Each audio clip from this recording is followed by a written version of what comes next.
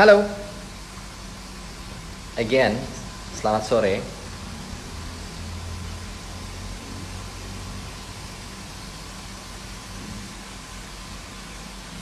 Um, Hopefully, semoga kali ini bisa berjalan baik ya koneksinya. Bismillahirrahmanirrahim. Bismillah, Bismillah.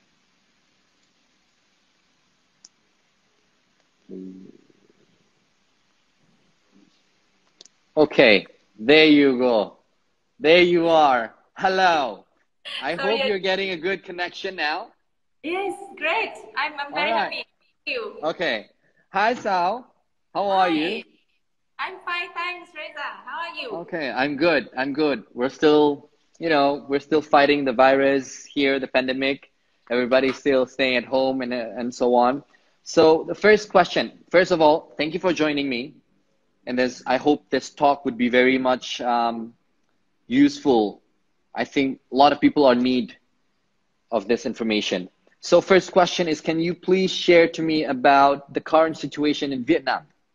Because I heard a lot of good news there. The school is Yes, open, people are going out already, the business start to open, and the people are starting to go out and hanging out.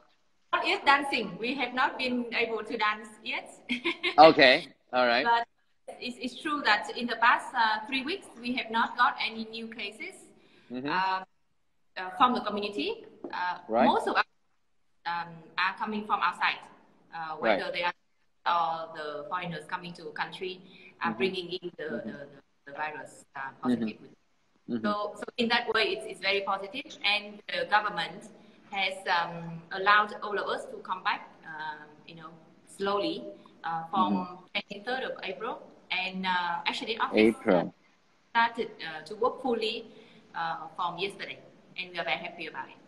The Okay. children, the children came to school from yesterday, but the primary school and nursery will start next week. Mm-hmm. So most of the key activity has been back to almost normal.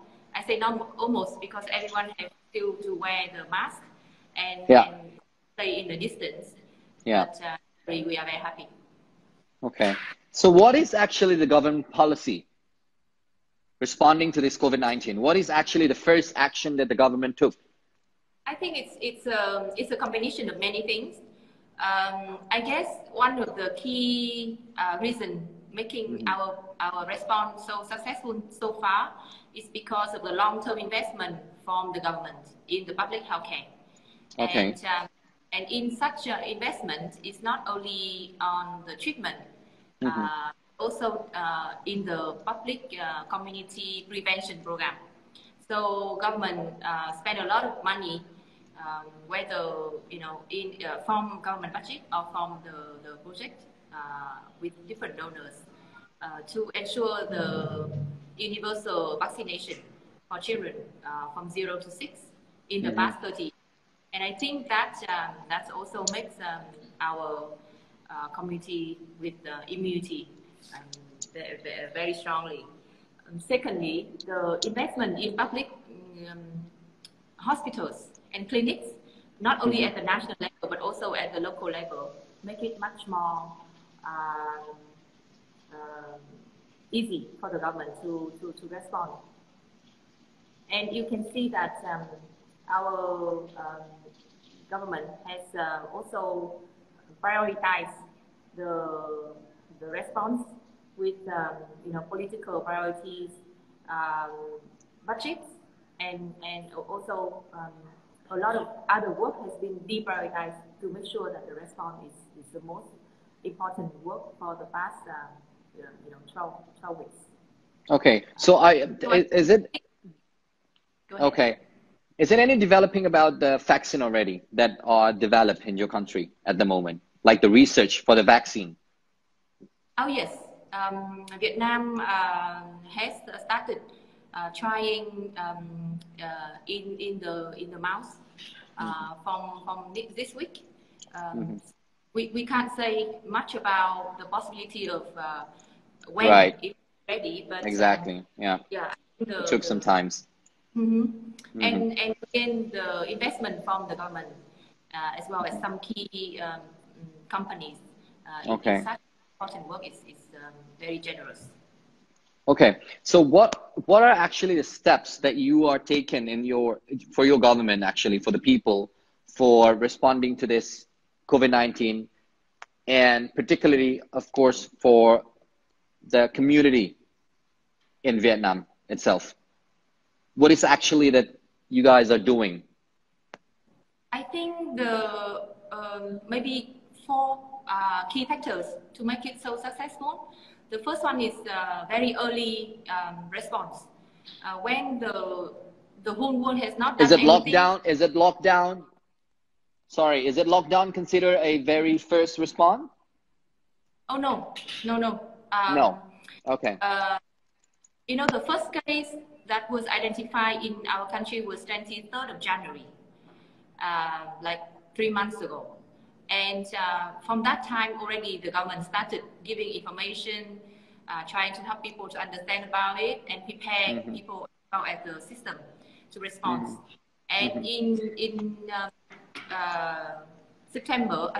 in February, when the second case was identified, the first lockdown in a very small community was started. And that's how people know about lockdown that early. So the first key factor is the early response. The second key factor is the investment and prioritization of the whole system from the national to provincial to local, in responding to this, ensuring that everybody gets the support, the information. At the same time, the third key factor of the success is that the decentralization of power.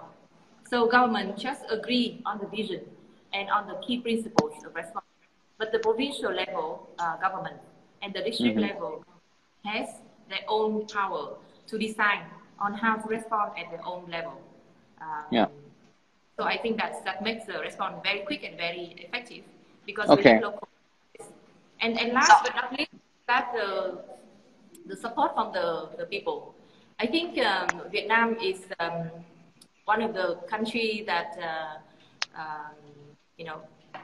very supportive to lockdown, because in many countries locking down is not Right. an option. Because people feel that it's important to collaborate and to ensure that we are going over this together. So although it's a bit difficult, as locking down is not so easy, but most of the people are very much following the rules. Right. You're saying about the investment at number 2 platform that you are, as the first action. What kind of investment that you're taking, that you're speaking of? You mean the government investment or the Right. Yeah. corporate investment? Is it about the policy, Yes. about creating a very fast or?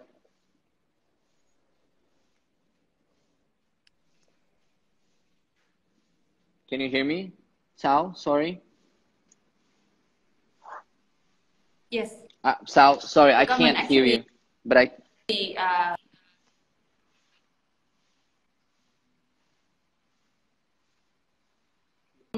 plans. We understand that the government.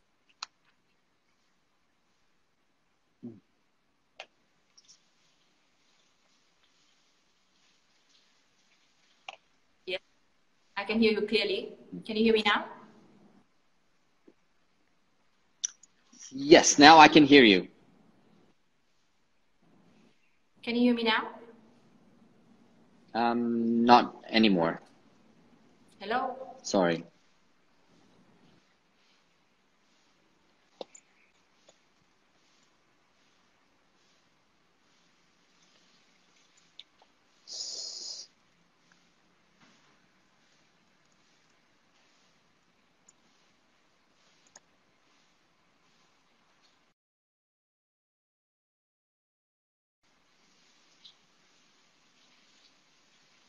Huh? Left. Oh my God. Bismillah. Si Ade mendadak ini ya ngomong bahasa Inggris terus di komen. Nanti kalau dijawab macam ngerti aja dia. Raise Hello. me again.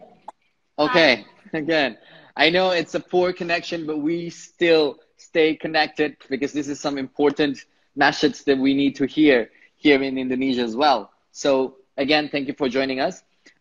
You're speaking about the government investment and what kind of actually the first policy that came up for the people in Vietnam when they heard, okay, the COVID-19 is entering our country. This is what we need to do as our first step. Yes, the first step for the government here is that they work out different scenarios. So the best scenario is that we have less than 1,000 people. The worst scenario is that we have 30,000 people who are positively infected. So government already has their own plan how to respond at different levels. Okay. They already asked different hospitals to take care of, how many populations in different places. So I think that preparation is very important to support our success. Secondly, the government gives generous financial support to different provinces to buy the testing equipment, to fast track the decision on allocating the equipment to the healthcare workers, both not only doctors but also nurses and workers in the hospitals. Also, government does about those people who lost their livelihood due to lockdown. So there are already fast-track decisions on 60,000 billion dong from the government as a cash transfer to those who lost their livelihood. So those are, informal workers, migrant workers, and those who are in the most needy situation. So okay. I think in that investment, very good. Okay, so is it true that there are no death reports according to this COVID-19 in Vietnam? Is that correct? Until now, yeah, until now. Not until now. Wow. I also get a lot of almost everyday report from the Ministry of Health on many cases, new cases, how many they have been able to treat, and what are the situation of the big and heavy cases who may face with different situations. But so far, we are not having anyone who died from this. Okay. According to Reuters news release in 30th April, your health minister just retired in November 2019, and the deputy of prime minister, who has no experience of public health, leads to handle the outbreak. And what is your opinion, and also might be from the local opinion, how is this condition led to success stories? I think that report from Reuters is quite correct. And I guess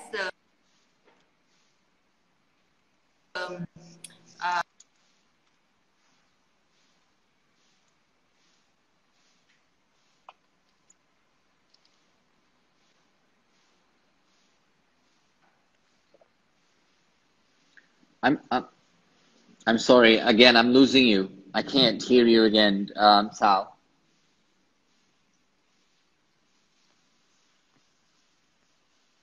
Sorry, I can't hear you.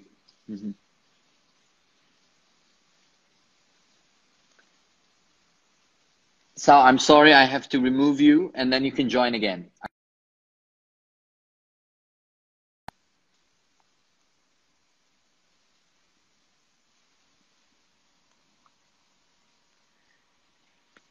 Astaghfirullahaladzim, sabar ya Allah. Ini semua hanya ujian.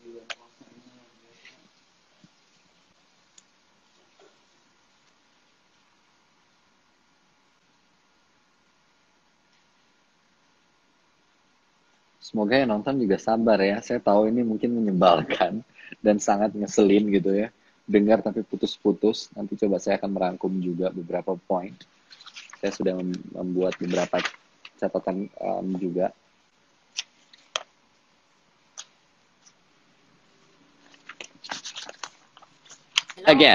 Hello again. I know. This is okay. So let me cut it short. So I'm trying to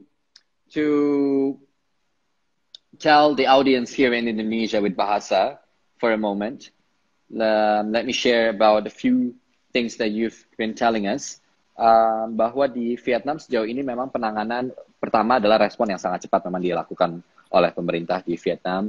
Kemudian apa sebenarnya respon yang sangat cepat ini? Apakah tadi saya menanyakan apakah lockdown merupakan opsi yang sangat tepat atau cepat dianggap cepat diambil? Jawabannya adalah tidak. Jadi bukan itu sebenarnya, tapi bagaimana kemudian membuat beberapa policy-policy yang mengatur tentang kemasyarakatan untuk merespon agar masyarakat tahu bagaimana cara apa sebenarnya virus ini virus apa, kemudian gejalanya seperti apa dan lain-lain yang sebenarnya kalau bisa saya bilang hampir mirip juga dengan yang sudah diambil oleh pemerintah Indonesia. Hanya mungkin ada perbedaan timing karena kan waktunya memang berbeda ya, di sana masuk di bulan Januari, di kita di bulan Maret kalau nggak salah pandemi ini mulai masuk di berita pertama. Kemudian saat ini memang aktivitas manusia sudah berjalan hampir normal, jadi belum sepenuhnya normal. Sekolah-sekolah untuk anak-anak sudah ada yang buka kecuali primary dan nursery school ya, sekolah-sekolah perawat. Mungkin itu maksudnya nursery school. Kemudian situasi yang sudah hampir normal ini tentu tidak lepas dari adanya protap keamanan yang juga sudah diberlakukan. Jadi tetap memakai masker dan lain-lain. Artinya, kalau saya boleh berpendapat, saya justru melihat bahwa saat ini di Indonesia kita harusnya cukup bersyukur karena di tengah pandemi ini aturan yang berlaku juga masih memperbolehkan masyarakat untuk keluar dengan tujuan-tujuan yang penting gitu ya. Sudah ada larangan mudik, tapi juga tanggal 7 Mei kalau tidak salah baru akan ada pemberlakuan tentang denda ya kalau sampai mudik. Lalu pemerintah menyiapkan beberapa skenario. Skenario kalau seandainya ini terjadi dan yang kena positif sekian puluh juta orang gitu ya. Ada beberapa skenario yang memang disiapkan. Lalu juga respon yang sangat baik dari masyarakat. Terutama mendengar lockdown, terutama ketika mendengar, saya yakin banyak masyarakat juga di berbagai macam lapisan ya di Vietnam, tapi mereka sangat mendukung apa yang diambil oleh pemerintahnya gitu. Pada akhirnya masyarakat dinilai memegang peranan cukup besar kalau saya bisa lihat dari obrolan kita. Saya akan lanjutkan lagi pembicaraan saya dengan Sao. Tadi saya juga menanyakan soal apa betul pendapat bahwa ada beberapa berita yang menyatakan tidak ada angka kematian sejauh ini, dan itu dikonfirmasi oleh Sao sendiri bahwa betul adanya, bahwa di Vietnam tidak ada angka kematian sampai dengan hari ini. Jadi menurut saya ini juga satu berita yang luar biasa gitu ya, sebagai salah satu negara yang juga tidak terlalu jauh dari kita. Mulai left lagi. Maksud saya maaf ya, saya juga jadi pusing. Left lagi. Oke.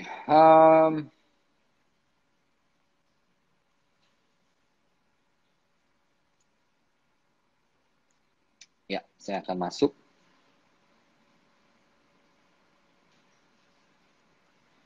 Astagfirullahaladzim.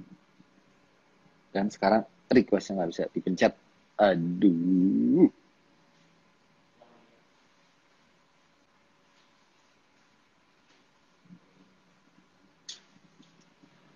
Sabar. Kenapa video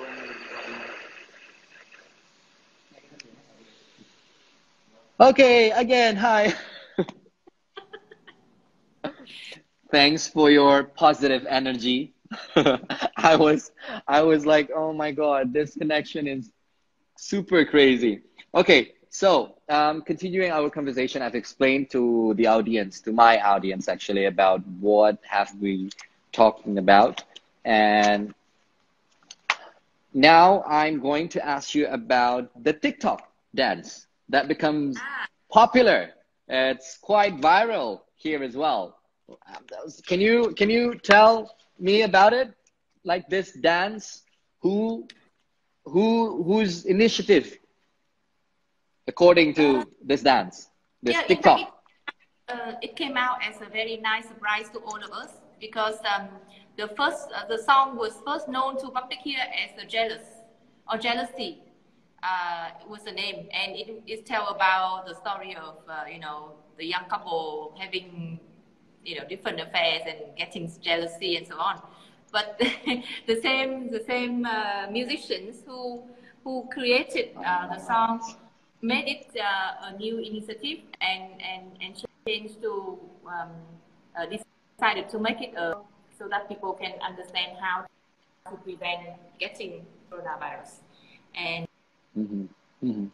Okay. yeah, it started the whole trend here. That song now we have like more than 100 songs and different dances by the air stewardesses, the doctors themselves, trying to spread the information on how to prevent Okay. the community. Well, besides the TikTok dance, what kind of solidarity has been made by people across Vietnam to respond this COVID-19?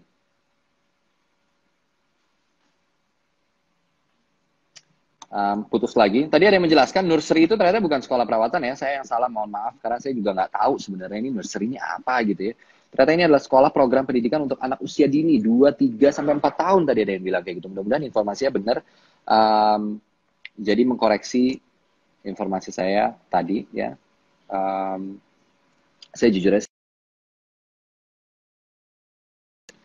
This nursery. Can you hear me? I was just trying to explain something to the audience just now. Putus lagi. Baik. Astagfirullahalazim. Oke, saya masih punya banyak pertanyaan buat Cao sebenarnya. Karena tadi baru bertanya tentang karena saya melihat berita juga tentang viralnya dance yang cukup viral di sana, TikTok ya, dari TikTok kalau nggak salah.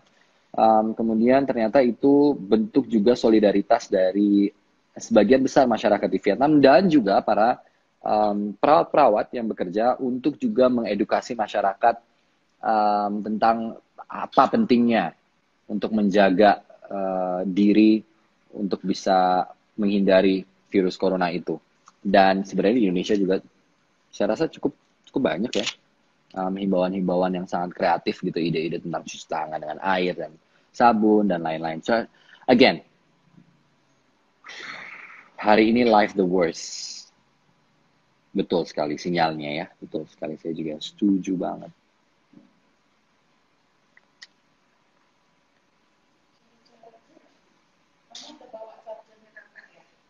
Nah, ntar dulu.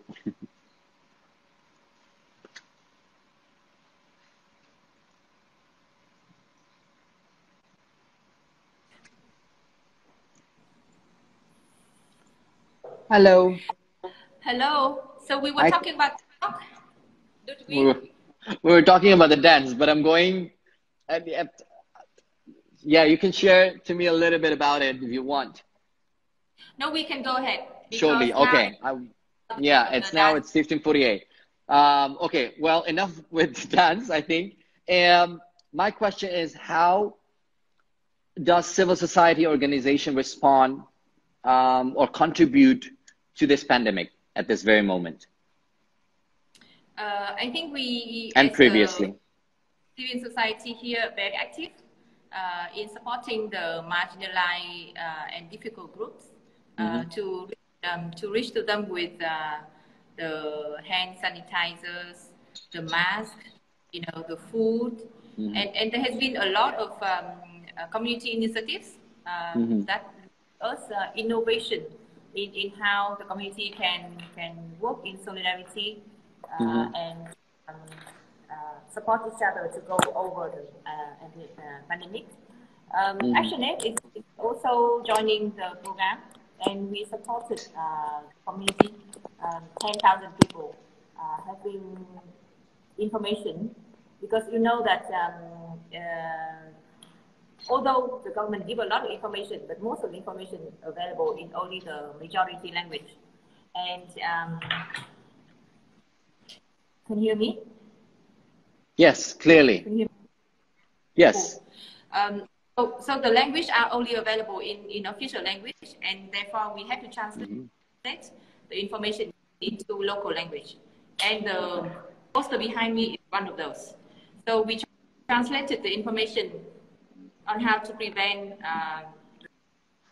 the virus in the understand. And these are announced through the community radios. So we don't distribute the information through community radio, which is more safe and reaching to more people. We are also providing food items like the rice, salt, cooking oil, as well as the mask for the wearing and hand sanitizers.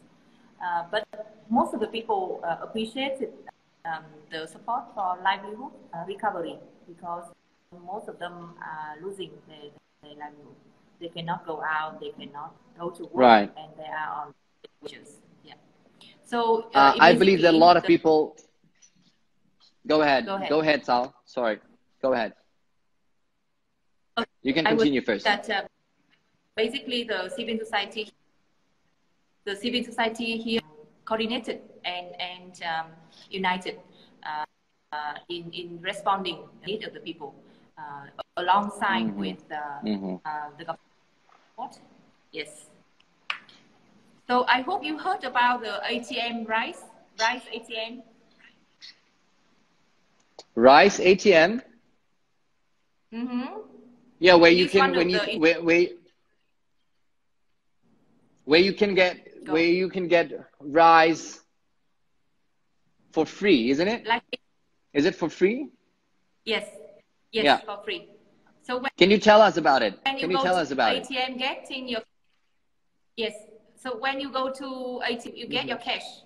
But the ATM for Rise has been initiated by a business person from Ho Chi Minh City, which give 5 kilograms of rice.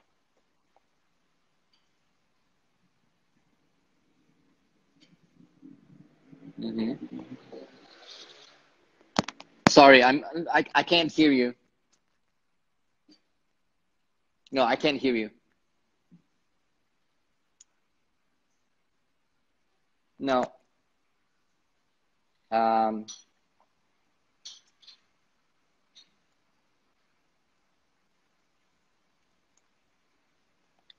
Sal.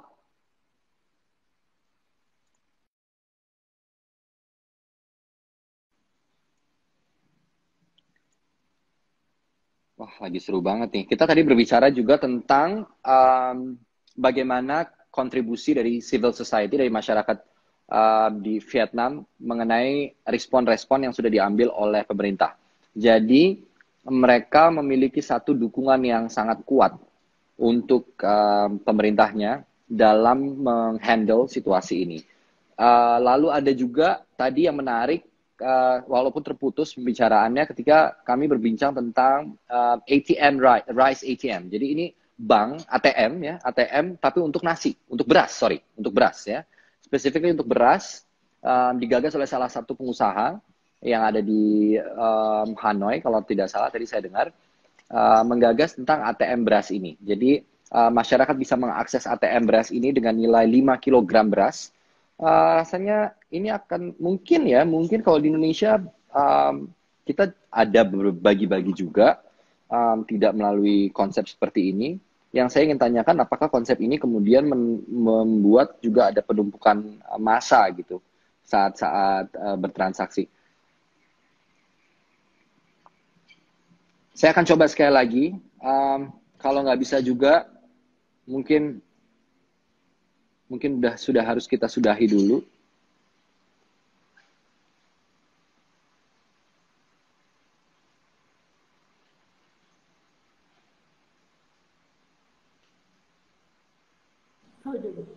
Okay, we're talking about the ATM. so people can access the ATM for rice for 5 kilograms. That's what you were saying before. Can you continue Yeah. about that? Yes, in fact, that was initiated in Ho Chi Minh City, and now it has spread to many cities and provinces in the country. So different people in their individual capacity or in their organizational or company capacity come and give the rice. So all the rice will be collected, and then the ATM will just give 5 kilograms each time. If anybody wants to get support, they can come and get. But people, will it make people are gathered, like a massive numbers of people? No. There is a way of getting it. So each person will have to be 2 meters away from the other. Okay. Does it work? It works. It works very well. So it's the discipline of the people who are there to actually, following the rule. I have one question from our audience. This is Mbak Ika Natasha. She's a famous author in Indonesia. Is there any government aid for people who had to lose their job because of the pandemic?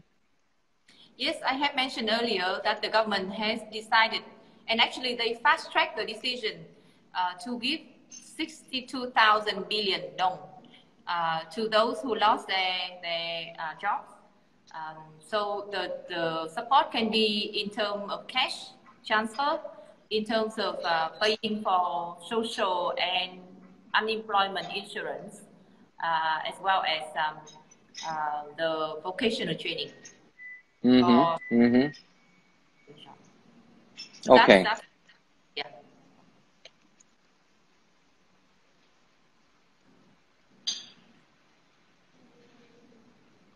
Sal, this is something that interesting. Is it true that the Vietnam Football League, if I'm not mistaken, is going to be released very soon? Very soon. And we very are soon. We would be very happy. It's about to happen. Wow. Him to come. Hopefully. In fact, the Vietnam Football Federation already announced that the different clubs can start practicing again, and it's very likely that by end of this month, the league will be open again officially. I think that's a good news for the people in Vietnam, isn't it? Very much, very much. Very much. Okay. It's interesting when you said, I'm going to talk again a little bit about this, the previous questions. It's very interesting because you said the fund would be a cash transfer, or it could be for insurance cover and so on, right? Am I right? Yeah. So, because here in Indonesia, we have this problem as well. We have lots of people who are now in needs of the government's help at this very moment. And of course, our country is, it's one to another, is divided by this certain amount of that you can actually provide those helps easily. That's what I'm saying. Do you have any, I'm not saying ideas, but how do you see that if you're following the news in Indonesia, what is actually that we need to do at this moment from the society, from the civil society, not from the government side, to respond all of these things? Some people are helping each other. Yes, it happens. I think it would be dangerous for me to say, like recommendation or ideas for civil society in Indonesia, because it's way too diverse, and you have a very and active NGO sector. We are very new and very infantry stage. now is that you need to sit down and so that you would not leave anyone behind, because it's very likely overlapping will happen. So many people will receive support, but so will not. So people with disability, for example, how do you support those people? A group of NGOs is required. Secondly, it's very important to work with the government. I know that not necessarily NGOs in Indonesia is having or sharing the same view with the government, but it is a critical time that we have to coordinate and collaborate with each other, with the private sector, with the government, so that our response will be focused instead of having different fragmented response from different sectors. Thirdly, I think NGOs have the strengths that the government and the private sector doesn't have, is that we reach out to very local people, very ground level, and therefore our messages, our support will reach quicker to people. And I think it's not necessarily that we need to wait. We can do it, now, like that. You don't need to you need to invent the new wheel. How bad does this COVID-19 affected your economy side? Very much, very much. Very much. Yeah, I know a lot of friends who are working in tourism, hotel sector. They lost their job, and some of big hotel, even like Metropole, 5-star, or Intercontinental, closed down. Have to close down. So it's really big with the service sector. The production sector, like migrant workers in shoes and garment factories, are also losing their jobs. Agricultural products is also not possible to go out. So everything is really negatively impacted, and it's very important that the government is making sure that they give the investment to rehabilitate and to make sure that our economy come back slowly. Is there any consequence for the people who are obeyed towards the government's policy about this lockdown, and now it's not lockdown anymore, but during that period of time, is there any specific law or the things that the government would do if you break the rules, for example? Yes, in fact, the Prime Minister give different directives. So the government divide the country in different level of emergency. So big cities like Ho Chi Minh City or Hanoi, where there are many cases, they are in top priorities of emergency. So the rule will be stricter. You cannot go out. All the shops will be closed. When you go out, there are certain weeks. There have been certain weeks when I go out, I need to have a reasonable, justification. Otherwise, the police will stop me and ask, where are you going? Why are you going now? But so it depends on your purpose. Yes, and for the other cities and provinces where there are no cases, they ask people to limit the activities. Yes, but not necessarily very strict lockdown. But in the whole country, the government asks people to delay or to reduce the religious activities. Praying and visiting the pagoda or church is delayed or totally closed. Weddings and funerals also have to follow certain rules. So during the time, I had 2 funerals to attend, but the organizers only allow like 3 people in one group to go and pray, something like that. And all of the government, as well as public and private events, are cancelled. So that no more sport, no more music. So that's how it works. Okay. So I think that would be it. That's it. That's for our interview. Thank you so much for sharing a lot of good and important stories with me here, with the audience here that following our conversation. Nah, nanti juga akan saya jelaskan ke kalian kira-kira apa-apa aja. Tadi sudah saya buat summary-nya sedikit, perkat ketika koneksinya terputus. Again, for Sal, thank you very much for your time. Appreciate it. Last but not least, is there is anything you can share about your happiness? I'm sure you're glad, you feel more, like blessed and happy at this very moment. Totally. Because we already have the chance to go back, more or less, to our normal life. So How does it feel? How does it feel back to normal life? We feel that we value it much more, because before we take it for granted. So we can go to the shop, we can go to visit our friends and families, we can go to the office, but now, we can go with lots of release. Right. And that's very happy. Yeah. And I wish you all the strength Thank and you so much. Indonesia will go over this very soon. Thank you. Again, thank you, Sal, for joining. Thank you so much. Thank you. My pleasure. Thank you very much for allowing me the Bye. chance. Bye, Sal. Bye-bye.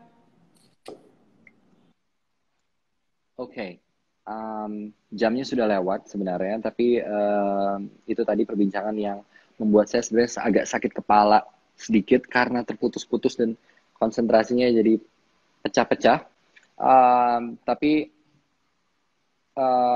menurut saya pembicaraannya sangat menarik sekali dan senang rasanya mendengar sebuah berita baik gitu ya tentang pengalaman orang lain di negara yang sebenarnya tidak terlalu jauh dari kita ya, ada di Vietnam, bahwa mereka sudah hampir pulih dan sebagian besar masyarakatnya sudah kembali beraktivitas normal.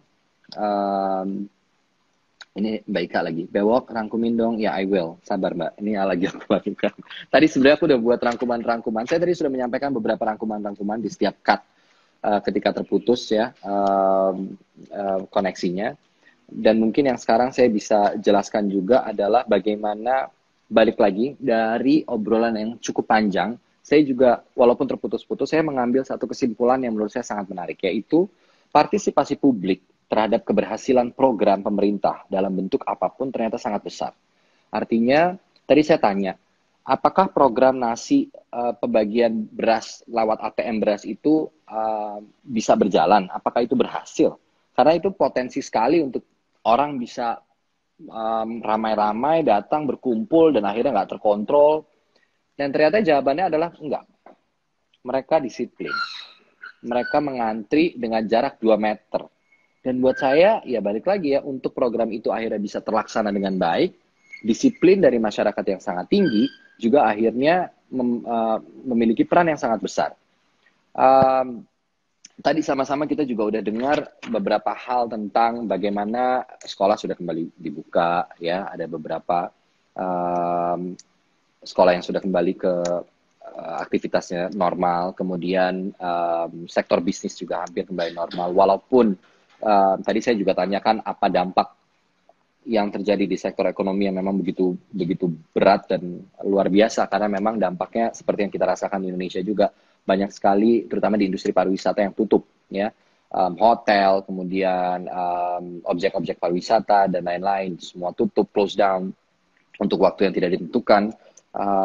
Lalu kemudian respon yang juga cepat diambil oleh pemerintah sampai saya juga tadi sudah sempat bertanya apakah lockdown menjadi pilihan utama saat itu, menjadi skenario utama. Ternyata jawabannya adalah tidak. Jadi lockdown juga diambil kemudian, tidak langsung ujuk-ujuk lockdown gitu. Bahwa tidak ada angka kematian sampai saat ini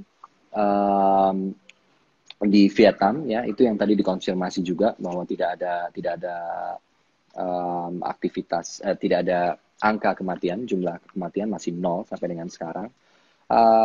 Lalu juga tentang bagaimana kemudian saat ini di Vietnam ketika mereka berhasil untuk keluar atau berhasil melawan virus pandemi ini, mereka juga tetap berhati-hati. Artinya dari semua aktivitas yang sudah hampir dikatakan, makanya dibilangnya hampir normal, karena tetap seperti mereka yang sekolah, mereka tetap memakai masker, kemudian ada jarak-jarak tertentu yang tetap diberlakukan. Lalu yang menarik, mungkin tadi berita bahagia buat orang-orang di Vietnam juga Liga Sepak Bola Vietnam yang kembali akan digelar, dan itu rasanya berita yang sangat menyegarkan buat sebagian besar orang Vietnam, karena mereka merasa sangat happy ya. Wah, ini mungkin jagoan-jagoannya sudah bisa dilihat lagi aktif di lapangan sepak bola. Lalu ada beberapa hal yang tadi disampaikan juga terkait dengan peraturan-peraturan yang cukup ketat jika ada warga-warga yang melanggar aturan-aturan yang sudah dibuat di Vietnam itu sendiri. Saya mencoba mengingat-ingat lagi apa-apa saja tadi yang sudah saya bicarakan dengan Sao di catatan saya. Rasanya itu. Kemudian bantuannya juga besar sekali ya. Saya belum menghitung rupiahnya karena saya lupa mata uang dong itu berapa rupiah. Tapi 62 billion dong. Itu dia 62 billion dong. Itu dialokasikan untuk warga masyarakat yang membutuhkan melalui cash transfer. Ada juga diberlakukan untuk really billion dong. Terus ada juga sistem tentang coverage untuk insurance. Saya merasa bahwa sebenarnya sistem transfer ini memang cukup mudah dan lebih bisa didata ya sebenarnya. Pendataannya akan lebih valid rasanya ya sistem transfer. Karena harusnya kalau misalnya pemerintah sudah mengalokasikan dana sekian dan sudah mengumumkan bahwa yang diterima oleh masyarakatnya dengan jumlah tertentu, maka sebenarnya akan sulit sekali untuk dikorupsi karena sistemnya transfer. Gitu kan? Potensi untuk mereka bisa korup rasanya mungkin lebih minim. Apalagi dengan pendataan yang ketat dan semua di sistem, diawasi oleh bank, dana sekian ditransfer ke sekian orang yang membutuhkan melalui rekening, dengan jumlah yang sudah dijanjikan, rasanya untuk ada pengurangan dengan alasan A, B, C, D akan lebih sulit ya. Ini hanya pendapat orang awam. 39 miliar ya. Mungkin harusnya sih billion. Harusnya malah lebih gede dari angka itu sih sebenarnya. Oke. Itu tadi saya rasa summary yang bisa saya sampaikan di tengah maaf tadi telat jadi nggak bisa begitu paham soal ada Fajar Bustomi tiba-tiba di sini. Sehat selalu Reza. Terima kasih Fajar. Sehat selalu juga. Semoga bisa kembali berkarya dalam waktu dekat. Maaf tadi telat jadi tidak begitu paham tentang RISE ATM itu sistemnya seperti apa. Oke, saya akan menjelaskan ini sedikit. Jadi tadi dijelaskan oleh Sal tentang RISE ATM. Jadi RISE ATM itu merupakan program dari masyarakat sipil sebenarnya. Lalu digagas dan diterima oleh pemerintahnya. Rasanya mungkin ini menjadi program pemerintah juga atau mungkin program swasta di sana, yaitu pembagian 5 kg beras yang bisa diakses oleh masyarakat. Jadi ada mesinnya gitu ya. Namanya ya itu mereka menyebut mungkin bukan mesin tapi mungkin seperti kedai atau apa, saya juga nggak tahu tadi spesifik bentuknya juga nggak sempat diceritakan, di mana warga bisa mengakses beras gratis. Nah, saya sempat menanyakan apakah ini cukup efisien gitu ketika itu dibuka lalu orang bisa mengakses, apakah tidak ada penumpukan orang? Jawabannya tidak. Dan itu program berjalan dengan sangat lancar. Kenapa? Karena partisipasi publik yang disiplin menjadi kunci. Karena semua orang mau mengantri dengan baik dan taat terhadap jarak sepanjang 2 meter. Nah, itu yang membuat program itu bisa berhasil. Begitu katanya. Setuju ditransfer. Karena info dari beberapa teman di Jakarta bahwa mereka tidak kebagian bantuan karena bukan kerabatnya Pak RT. Waduh, ini ada lagi nih. Ada yang bertanya apakah itu gambar Gus Dur? Betul sekali, persis di atas kepala saya ya. Oke, saya rasa itu aja ya yang bisa saya sampaikan sekarang. Terima kasih sekali lagi buat teman-teman yang sudah ikut mendengarkan di live ini. Walaupun mungkin tadi sempat ada gangguan, mohon maaf sekali, banyak sekali koneksi yang terputus. Mbak Ika, Ade Firman Hakim, thank you for joining juga tadi, sempat ngikutin dan sudah memberikan pertanyaan. Kita akan ketemu lagi di live berikutnya ya? Yes. Belum tahu kapan. Rencana sih harusnya kan kita ada menunggu. Ya, saya sedang menunggu konfirmasi dari Abi Quraisy, ya, Bapak Quraisy Shihab, untuk ngobrol-ngobrol bareng di berbincang-bincang di obrolan pejuang corona. Saya masih tunggu waktunya. Pasti nanti kalian akan dikabarkan.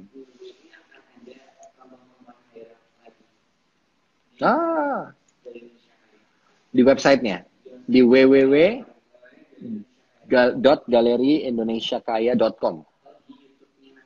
Oh ya, akan ada di YouTube ya. Di YouTube-nya Galeri Indonesia Kaya akan ada live streaming perempuan-perempuan Hairil.